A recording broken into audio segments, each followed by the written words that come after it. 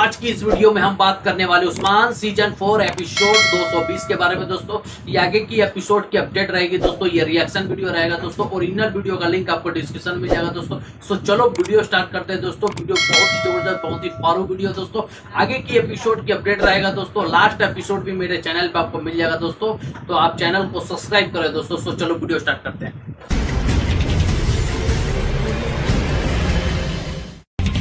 कि सगोत में तमाम खवातीन दावत की तैयारियां कर रही होती हैं और सब अपने अपने कामों में मसरूफ होती हैं। तो इस दौरान मलहून खातून आयशा और असरीगुन खातून बाहर आती हैं। असरीगुन मलहून से कहती है, अगर दरख्त नई शाखें लगाए तो सबसे बड़ी खुशी जड़ों को होती है। तो मलहून कहती है, शाखें तने तक पहुँचती हैं। तो असरीगुन कहती, आप ठीक कह रही हैं मलहून खातून, लेकिन असल मसला ये है कि शाखें और तने बहुत करीब हैं। और फिर सब वहाँ पर बैठ जाते हैं और कुमराल अब्दाल भी बैठ जाते हैं।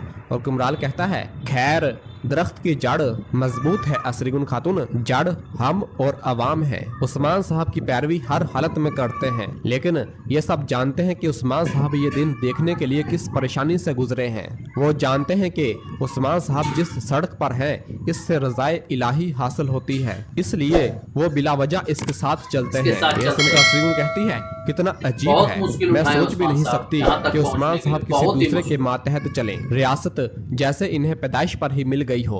जिस पर कुमराल अब्दाल कहता है, हर दरख्त कभी पौधा होता है असरीगुन खातून। उस्मान साहब भी सरदार बनने से पहले कई जहरीली बैलों से लड़ चुके हैं और बताते हैं वो जहरीली बैलें जो अपनी जड़ों से निकली हैं। इसके चचा दुंदार। और फिर इसी दौरान फ्लैशबैक सीन दिखाया जाता है जब उस्मान साहब ने सरदारी खेमे में दुंदार की गर्दन में कमान की तार डाली थी और खींचते हुए कहा था, फिक्र न करें चचा, इस कबीले में कोई गद्दार नहीं बचेगा, वो सब मारे जाएंगे। सोचो इनका क्या हाल होगा जो ऐसे खेल खेलते हैं। गद्दार जो भरोसा नहीं रखते अपने मुताबिक कदम उठाएंगे। और कमान की तार को पकड़कर खींचा था।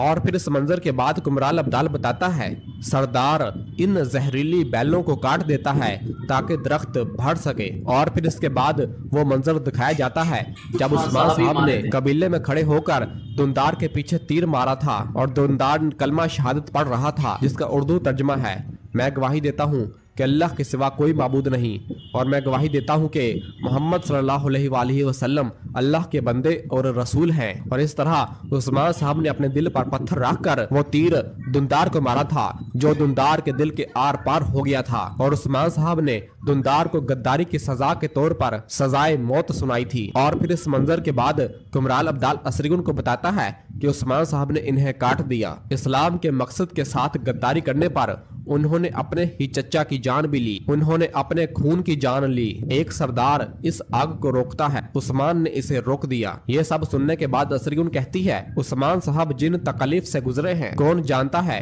कि इन पर क्या गुजर रही होगी। ऐसे तुर्कमान कबाइल की तरह रोम और ईसाई लोग इनकी अताअत करने लगे हैं। जिस पर कुमराल कहता है, बहुत सारे तकफूर, बहुत से कमानदारों ने कोशिश की। और फिर इसके बाद वो मंजर दिखाया जाता है जब उस्मान साहब ने इन्हिसार किला फतह किया था और उसके तकफूर से कहा था, अब से इन्हिसार काय की, तुर्कों की और इस्लाम की सरजमीन है। और उस्मान साहब ने वो तमाम किले फतह किए थे और सब पर अपना परचम लगाया था। नाजरीन, इसके बाद दूसरे सीजन का मंजर भी दिखाया जाता है जब उस्मान साहब ने शुरुआत में ही एक बड़ी जंग का आगाज कर दिया था। और फिर इसके बाद उस्मान साहब का वो मंजर भी दिखाया जाता है जब उन्होंने एनागोल किले में ही निकोला का सर कलम किया था, जो कि उस्मान साहब का एक अजीम दुश्मन रहा था। और फिर कुमराल अब्दाल ये सब बताते हुए कहता है, उस्मान साहब इन सब पर गालिब आ गए। उन्होंने बहुत सी फतवाहत की, बहुत से काफरों की जमीनों को अपना बनाया, लेकिन इन्होंने इन जमीनों पर कभी किसी बेगुनाह को तकलीफ नहीं पहुंचाई। उस्मान साहब ने सुन्नत की पैरवी की, अल्लाह की मोहब्बत से पूरे जहान को देखने वाली आंखों से रहमत के साथ हुकूमत की। और फिर बताता है, रसूलुल्लाह सल्लल्लाहु अलैहि वसल्लम ने जब एक यहूदी का जनाजा देखा तो उठे और एहतराम का इजहार किया। वो जानते थे कि एक दूसरे के साथ रहना सिर्फ एक दूसरे के मुनसफाना सलूक करने से ही मुमकिन है। ये बात उस्मान साहब को भी मालूम है। जिस तरह वो मसाजिद के अंदर लोगों के मसाइल का ख्याल रखते थे, वो गिरजाघरों और दीगर मकामात के अंदर लोगों के मसाइल का भी ख्याल रखते थे। उन्होंने इनकी मदद की। हाँ, इस दौरान वो इनकी तबलीग भी किया करते थे और हम सब भी करते हैं। हम इन्हें दावत देते हैं और इस्लाम के बारे में बताते हैं। जो मुतफिक हैं वो हमारा साथ दे और जो नहीं वो हमारे साथ रह सकते हैं जब तक वो हमारे अकायद का एहतराम करते हैं। किसी पर इस्लाम जबरदस्ती नाफिज नहीं किया जाता। हम इन पर रहम करते हैं तो वो वापस हम पर करके दिखाते हैं। हम सब के साथ वही सलूक करते हैं जिस तरह वो हमारे साथ सलूक करते हैं। हम जालिमों पर अपनी तलवारें और मजलूमों पर अपनी हमायत रखते हैं। हम अपने रसूलुल्लाह सल्लल्लाहु अलैहि वसल्लम की सुन्नत पर अमल करते हैं और जो इनकी सुन्नत पर अमल करता है अल्लाह के रास्ते पर चलता है।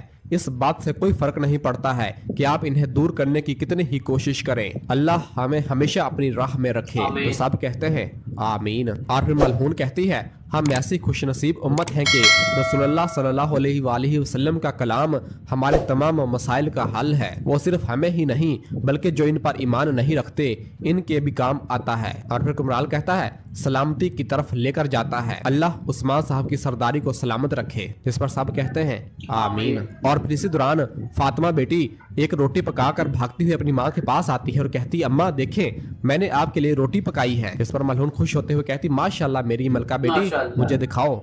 और रोटी देखती है और उसे तोड़कर खाती है और कहती है बहुत मजेदार है, शुक्रिया। फातिमा कहती आफियत हो। ये सब देखकर असरीगुन मलहून से कहती है आप ये सब कैसे कर लेती हैं, एक माँ भी और एक जंगजू भी। जिस पर अलचचिक जवाबन कहती है बहन बनने के लिए आपको यहाँ दिल से महसूस करने की जरूरत है असरीगुन खातून। हमारा मकसद अपने घरों, अपने खानदानों और अपने वतन की हिफाजत करना है। और फिर आयशा कहती है अगर हमारा वतन न हुआ तो हम क्या करेंगे। असरीगुन खातून माँ बनना हमें ताकतवर बनाता है। और फिर मलहून असरीगुन से कहती है तुमने शादी के बारे में कुछ नहीं सोचा। तो असरीगुन कहती नहीं मेरी तलवार। तो मलहून उसकी बात काटते हुए कहती कोई इसे छोड़ने का नहीं कहेगा लेकिन माँ बनना एक खातून की फितरत में है। जिस पर असरीगुन खामोश हो जाती है। और फिर उलगन कहती है जब हम शरबत तैयार करेंगे तो सब मुकम्मल हो जाएगा मलहून खातून। तो मलहून कहती माशाल्लाह उलगन। और फिर मलहून तमाम खवातीन से कहती है शाबाश बहनों। तो तमाम खवातीन कहती शुक्रिया मलहून खातून। और फिर आयशा उलगन से पूछती है उलगन कारा एबे कहाँ है। जिस पर उलगन एक गहरी सांस लेते हुए कहती वो अब तक बकरा तलाश कर रही है। इसी दौरान बाहर से ड्राम बजने की आवाज आती है तो सब बाहर देखते हैं तो अख्तमूर, कोनूर और बाकी सिपाही दुर्सन फकी और उलमा कराम को जाकर सबूत में लेकर आते हैं। तो सब लोग उन्हें खुश आमदीद करते हैं। कोनूर ने लियो का भी सर उठाया हुआ होता है और वो सब आगे सराय की जानब जा रहे होते हैं। और फिर इधर तमाम खवातीन जब रोटियां बना रही होती हैं तो जरकुता एक फूल लेकर वहां पर आता है और उलगन को देखकर कहता है खातून इधर आओ। उसे देखकर उलगन कहती यहाँ मत आना, यहाँ मत आना। लेकिन जरकुता उसके पास आ जाता है तो उलगन जरकुता के पास भागती हुई आती है और कहती करीब ना आना, भागो और अपने आप को बचाओ, चलो जाओ। जरकुता पूछता क्या हुआ। उलगन कहती भागो मैं बाद में बताऊंगी। और फूल की जानब देखती है तो खुशी से कहती मेरे लिए लाए हो। जरकुता कहता हाँ। तो उलगन कहती है जाओ मैं तुम्हें बाद में बताऊंगी। इस दौरान पीछे से ही काराबे वहां पर आ जाती है और कहती है लानत। तो उलगन जरकुता को बचाते हुए कहती है माँ रुके। काराबे कहती कातल तुम ऐसा कैसे कर सकते हो, हैं इधर आओ, तुम मेरे बच्चे को कैसे मार सकते हो, मैं तुम्हें मार दूंगी। जरकुता अपने आप को मुसलसल बचा रहा होता है और कहता है मैं ये डंडे खा खा कर थक चुका हूँ, अब क्या हुआ है उलगन, अरे मुझे बताओ तो सही हुआ क्या है। तो काराबे कहती है तुमने मेरे गरबूज को मार दिया, कातल गरबूज चला गया है, मेरा बच्चा चला गया है। और वहां पर बैठकर रोने लग जाती हैं। यह देखकर जरकुता कहता अम्मा मैंने इसे हवेली भेज दिया है। तो उलगन बताती है उन्होंने इसे वहां जिबा कर दिया होगा, हम इसे नहीं ढूंढ पाए। यह सुनकर जरकुता को भी एक झटका लगता है और काराबे रोते हुए कहती मेरा गरबूज चला गया, मेरा बच्चा चला गया। यह सुनकर जरकुता परेशान होकर कहता मेरा काम तमाम, अब मैं क्या करूंगा। और जरकुता काराबे के पास बैठकर कहता है अम्मा बराए करम ऐसा ना करें, ऐसा ना करें, मैं आपके लिए इससे बड़ा और मोटा गरबूज ढूंढ कर लाऊंगा। और जरकुता वो फूल काराबे को देता है। काराबे गुस्से से कहती पीछे हटो, तुम मुझसे मजाक कर रहे हो। और फिर खड़ी होती है और कहती है ठीक है जब मेरा बच्चा चला गया है अब मेरी बेटी भी तुम्हारी नहीं रही। और उलगन को खींचती है तो जरकुता भी उलगन को दूसरी जानब से खींचता है और कहता है नहीं मैं इसे नहीं दूंगा। काराबे कहती नहीं अब मैं तुम्हें अपनी बेटी नहीं दूंगी, तुमने मेरे बच्चे को मार डाला। जिस पर उलगन कहती है तौबा तौबा वो आपका बच्चा नहीं था अम्मा। और उलगन को मुसलसल खींच रही होती है। उलगन कहती है अम्मा ये क्या है, आप जरकुता से आखिर क्या चाहती हैं। और फिर जरकुता कहता है अम्मा जब से आप आई हैं हम अच्छी तरह एक दूसरे को देख तक नहीं पाए। तो काराबे गुस्से से कहती छोड़ो मेरी बेटी को छोड़ो। और उलगन को मुसलसल खींच रही होती है। इस दौरान गरबूज बकरे को लेकर आ जाता है और कहता है मैंने इसे पकड़ लिया। उसे देखकर काराबे निहायत खुश हो जाती है और कहती है आह मेरा बच्चा आ गया, मेरा गरबूज। और बहुत खुश होती है। गरबूज सिपाही कहता है आपके दामाद ने इसे तकरीबन कत्ल कर दिया था। और फिर इसी दौरान जरकुता भी खुशी खुशी वो फूल उलगन को दे देता है और जरकुता निहायत खुश होकर गरबूज सिपाही के से गले लगता है और कहता है शुक्रिया गरबूज। गरबूज कहता अब से मेरे साथ कोई गड़बड़ न करना वरना बहुत बुरा होगा। और फिर इसी दौरान उस्मान साहब और बाला खातून भी अपने घोड़ों पर सवार होकर सगोत में आते हैं। उन्हें देखकर सब लोग बहुत खुश होते हैं और खुश आमदीद करते हैं और सलाम करते हैं। उस्मान साहब कहते हैं जीते रहें ए वल्ला। ढोल पीटने वाले हर जगह पुकार रहे हैं। हर एक जान लेगा कि जिसका दिल जहाद के जज्बे से सरशार था वो अब आजाद है। और फिर उस्मान साहब और बाला खातून सराय की जानब रवाना हो जाते हैं। दोस्तों यहीं पे 220 एपिसोड खत्म होता है। दोस्तों इस वीडियो का ओरिजिनल लिंक आपको डिस्क्रिप्शन में मिल जाएगा। दोस्तों चैनल को आप सब्सक्राइब करें, लाइक करें, शेयर करें, कमेंट में आपको वीडियो कैसा लगा। दोस्तों फिर मिलते हैं दोस्तों नेक्स्ट एपिसोड के साथ। दोस्तों आज के लिए दोस्तों बस इतना ही। अल्लाह हाफिज।